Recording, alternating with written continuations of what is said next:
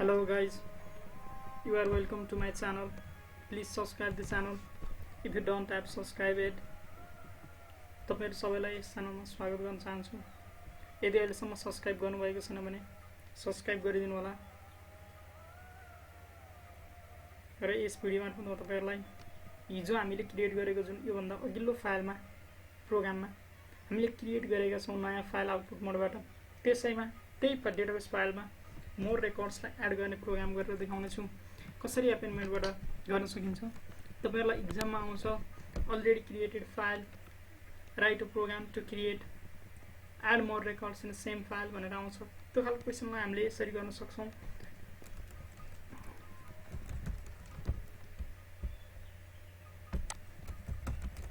open stdss.dat for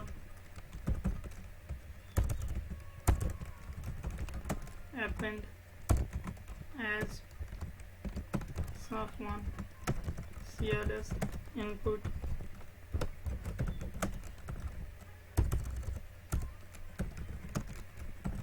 enter your name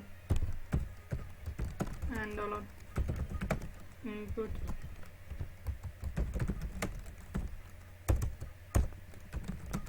enter your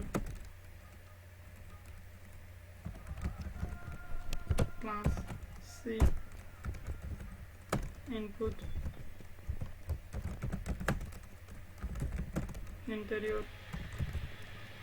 your roll number.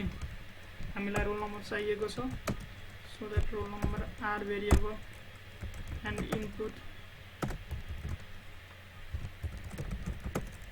enter your address. address को लागि मैले add dollar define गरे।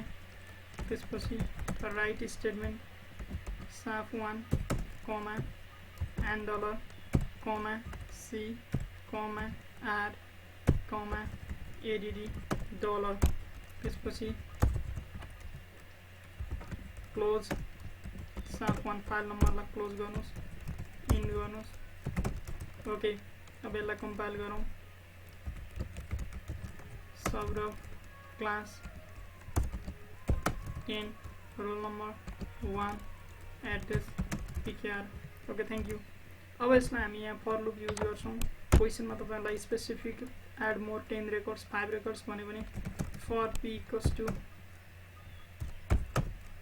1 to 5 भन्यो भने 5 राख्नुस्। मैले अहिले 5 राखे। यहाँ आउनुस्, त्यसपछि नेक्स्ट p गर्नुस् र रन गर्नुस्। So 10 1 pkr name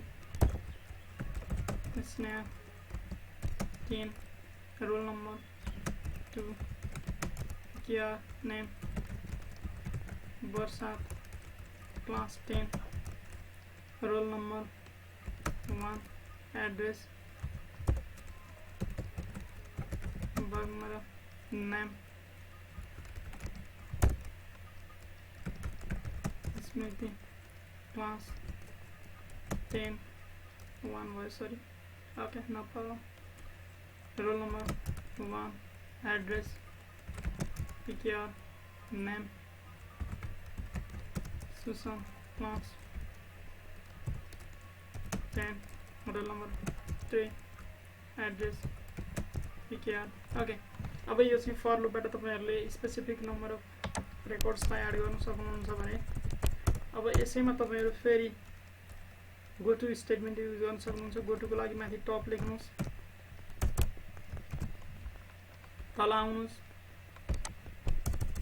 त्यसको लागि युजरसँग सोध्नु पर्ने हुन्छ। Input do you want to add more records ch dollar गर्नुस्। यहाँ आएर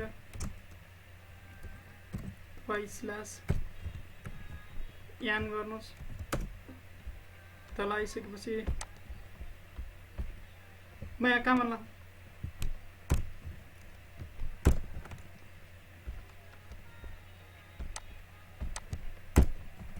C dollar equals to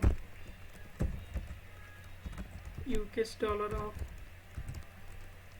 CH dollar गर्नुहोस् if C dollar equals to के छ भने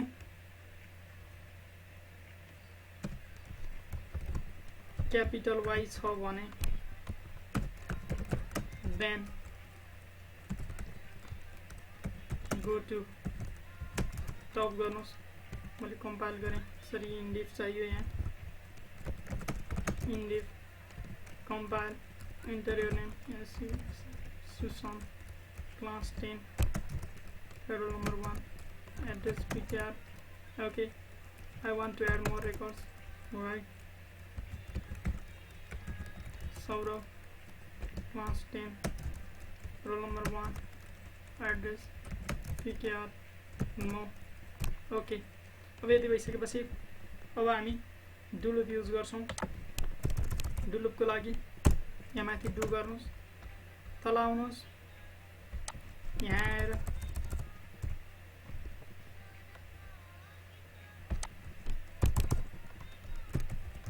loop while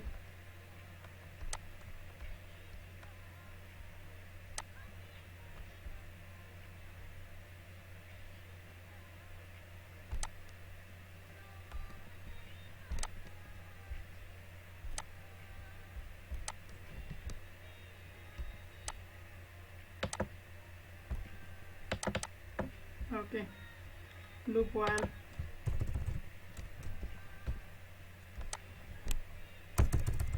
यसलाई पनि रिमुभ गर्नुस् अब यहाँ 5 गर्नुस् यो गर्दा